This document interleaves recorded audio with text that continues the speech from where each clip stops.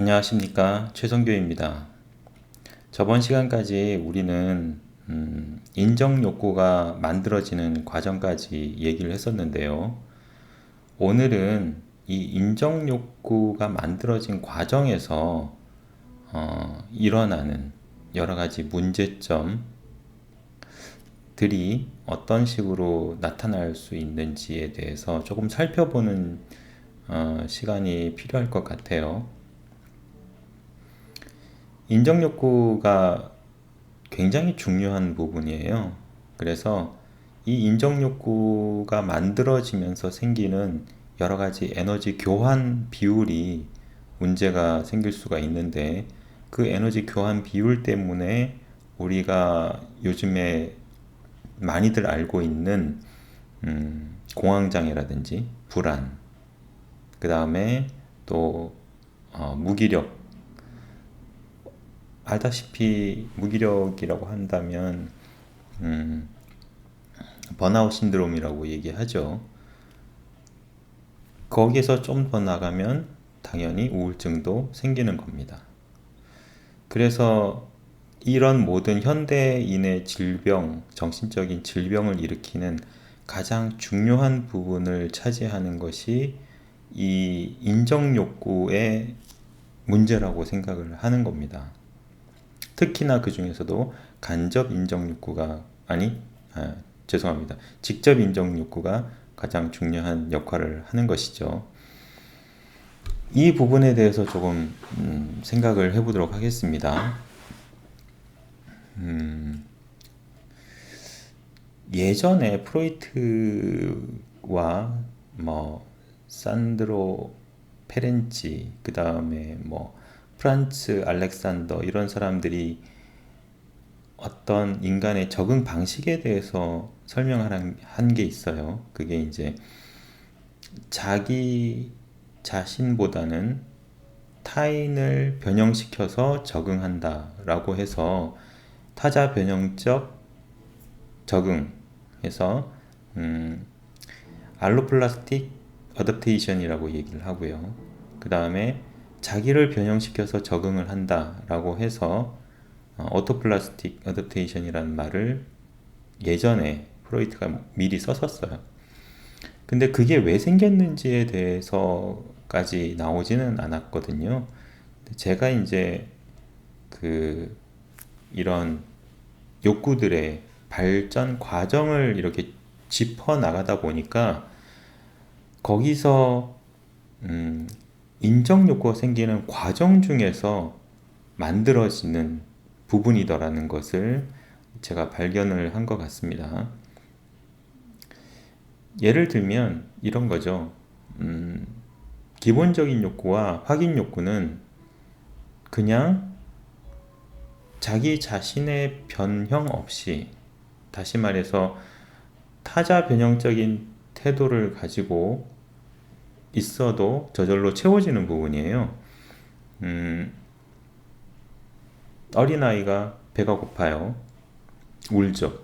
악을 쏘면서 울죠. 그러면 양육자가 당황해서 빨리빨리 해줘야겠구나 해서 열심히 먹을 걸 만들어서 아이한테 먹입니다.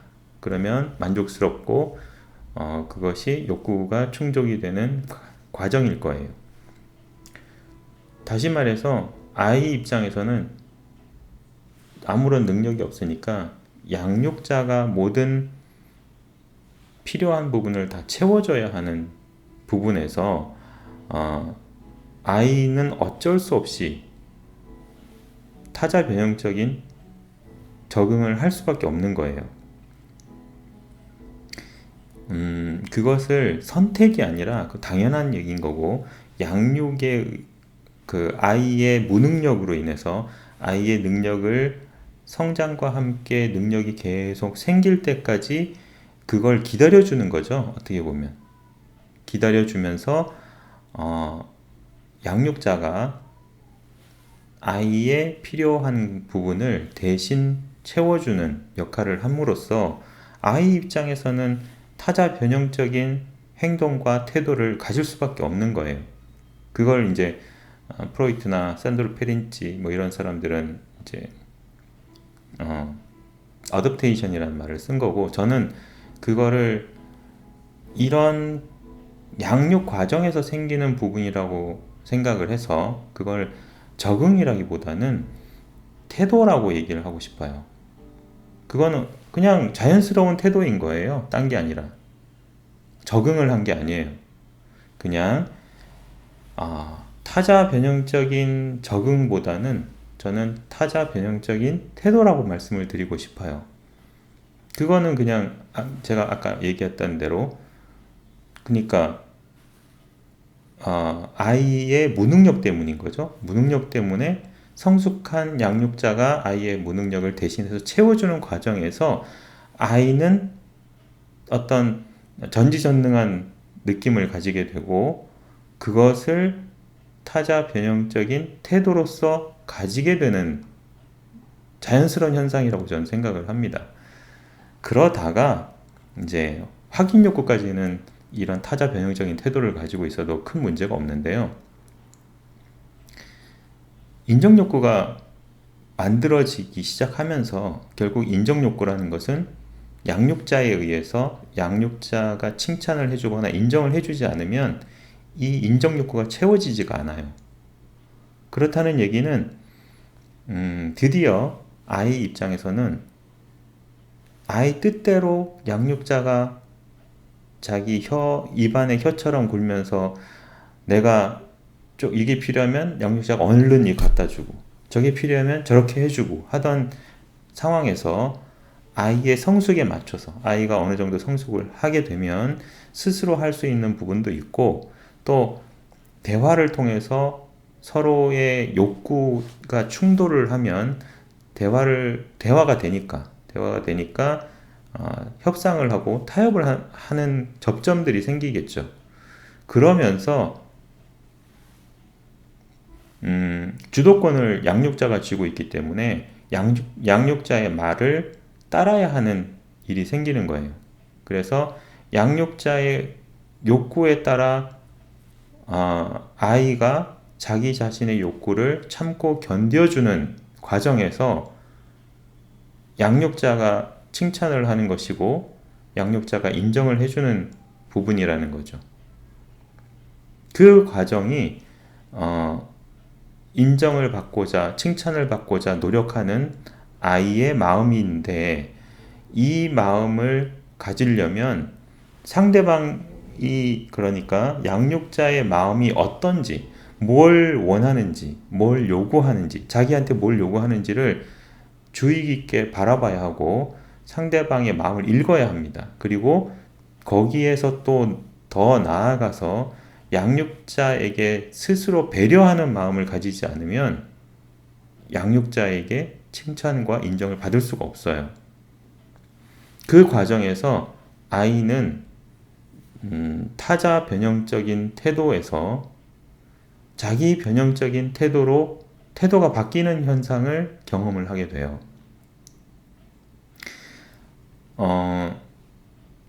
동서양을 막론하고 아무래도 아이가 성숙하고 타인과 어울려서 살아가는 과정, 타인을 배려하는 마음을 가지게 된다라는 것은 바로 이 자기 변형적인 태도를 가지게 되지 않으면, 이걸 만들지 않으면 안 되는 일이거든요. 그 정도의 차이는 있을 거라고 생각을 해요. 근데 이 정도의 차이가 가장 큰 문제인 건데, 서양 쪽에서는 이런 자기 변형적인 태도가 그렇게까지 심하진 않을 거예요.